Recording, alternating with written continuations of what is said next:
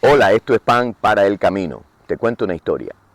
Leí que en un pueblo, en algún lugar, había una iglesia que ejercía una fuerte influencia conservadora en la vida de la comunidad.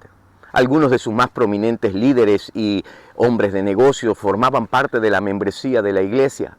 La iglesia era muy sólida en su mensaje y con una gran influencia. El edificio de al lado de la iglesia, que en otro tiempo fuera un teatro, estaba vacío, semi-abandonado. Un inescrupuloso empresario vio una gran oportunidad. Alguien de fuera vino a la comunidad y vio una gran oportunidad. La oportunidad de poner en aquel teatro, comprarlo y construir allí en su lugar una discoteca, un antro como le dicen, un lugar que iba a atraer a la juventud y de hecho su enfoque era la juventud, proveer algún tipo de diversión que la iglesia consideró no estaba en línea con lo que ellos por años habían venido haciendo en aquel pueblo. La iglesia comenzó a orar y a interceder para que aquel proyecto no se llevara a cabo. Pero el hombre pudo comprar el lugar, el hombre obtuvo los permisos que necesitaba. Y la iglesia seguía orando, y la iglesia seguía clamando. Y justo la noche antes de que comenzara el proyecto, de repente el cielo se llenó de nubes, de tormenta, y un rayo descendió sobre aquel lugar y destruyó, hizo cenizas todo el fuego y todo lo que formó aquel proyecto de construcción.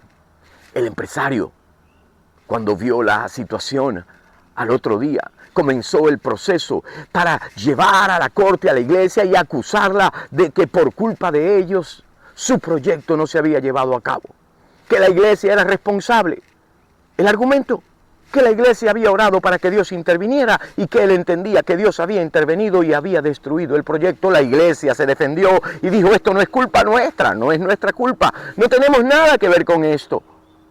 Fueron a la corte a defenderse y el juez, cuando lee el caso y empieza a estudiarlo, les dice: hoy tengo un gran dilema delante de mí, tengo un gran problema, porque delante de mí tengo un empresario incrédulo que cree que Dios responde oraciones, y por el otro lado, una iglesia que no lo cree. Un grupo de creyentes que no cree que Dios respondió la oración que ellos estaban haciendo. Vaya dilema para el juez. Escuchaba esta historia o la leía y me preguntaba cuántas veces nosotros nos comportamos de la misma manera. Y no pensaba solamente en nosotros como creyentes, ahora estaba incluso remontándome a las Escrituras. En Hechos capítulo 12 hay una historia bien interesante. La historia en Hechos 12 nos dice que Herodes estaba persiguiendo a la iglesia y maltratándolos. Incluso ahí es donde se registra la muerte de Jacobo, el hermano de Juan. Luego, unos versos más adelante, dice que también tomaron a Pedro y le puso en la cárcel, entregándole a 4 grupos de 4 soldados cada uno para que le custodiasen, y se proponía sacarle al pueblo después de la Pascua.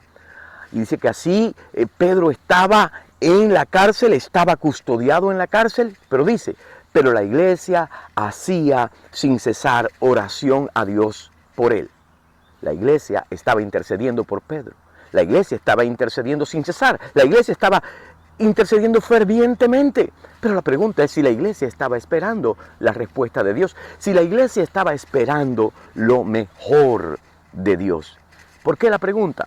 Porque unos versos más adelante la historia continúa y vemos que el ángel de Dios viene y saca de manera milagrosa a Pedro de la cárcel. Lo saca incluso antes de que Herodes, que ya había planeado sacarlo después de la Pascua, lo sacara. Dios interviene milagrosamente. Dios saca a Pedro de la cárcel. Dios responde el clamor de la iglesia que oraba sin cesar por Pedro. Y Pedro es guiado por el ángel, llega entonces hasta la casa donde estaban reunidos, la iglesia, orando, intercediendo. Llama desde afuera, desde la puerta del patio, viene una muchacha que se llama Rode, escucha que es Pedro, del gozo, sorprendida, maravillada, en vez de abrir la puerta sale corriendo y va a avisarle a los discípulos, y cuando le dice a los discípulos, Pedro está afuera, Pedro está llamando, Pedro ha llegado, los discípulos le dicen, ¿estás loca? ¿Te volviste loca? Estás loca, eso no es posible, no, en todo caso será su ángel, pero ese no es Pedro. Vaya sorpresa para los discípulos, porque dice que Pedro seguía insistiendo, llamando en la puerta. El milagro estaba a la puerta. Dios había respondido. Y la historia nos recuerda que muchas veces podemos orar, aún intensamente, aún fervientemente, aún, pero no esperar lo mejor, no esperar el milagro. Esta es una pregunta que queda delante de nosotros. ¿Cómo estamos llegándonos a Dios?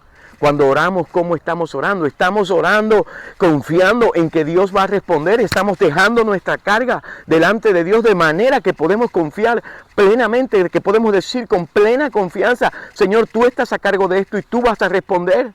De manera que cuando el milagro venga corriendo y cuando el milagro toque a la puerta, no tenga ni siquiera que insistir, que entendamos, Dios ha respondido, Dios ha hecho su obra. Sí, es posible que en ocasiones haya un precio que pagar. Pero ¿sabes qué? Dios siempre va a ser glorificado, nuestra fe va a ser fortalecida y nutrida. Cuando nosotros oramos esperando lo mejor, te pregunto hoy, ¿qué esperas? ¿Qué estás esperando cuando oras? ¿Estás creyendo de que Dios va a obrar? Y es tu comportamiento, es tu actitud, es tu respuesta, la respuesta a esa fe que tienes, no en el poder de la oración, sino en el poder del Dios al cual estás orando. ¿Sabes por qué? Porque todavía Dios está haciendo milagros, todavía Dios está abriendo puertas, todavía Dios está incluso librando presos de la cárcel de manera milagrosa. Yo me pregunto entonces, ¿estoy esperando lo mejor? Cuando oro, confío de que mi Dios va a responder.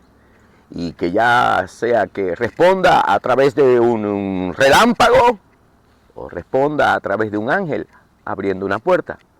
Cuando el milagro llegue, le daré toda la gloria a Dios y no voy a esperar a que el milagro toque insistentemente en la puerta. Reconóceme, soy yo soy la respuesta a la oración. Que Dios te bendiga. Esto es Pan para el Camino. Una cosa me viene a la mente. Me pregunto qué hubiera pasado con aquella iglesia si ellos hubieran comprado el teatro. Pero eso ya es otra porción de pan para otro momento. Que Dios te bendiga.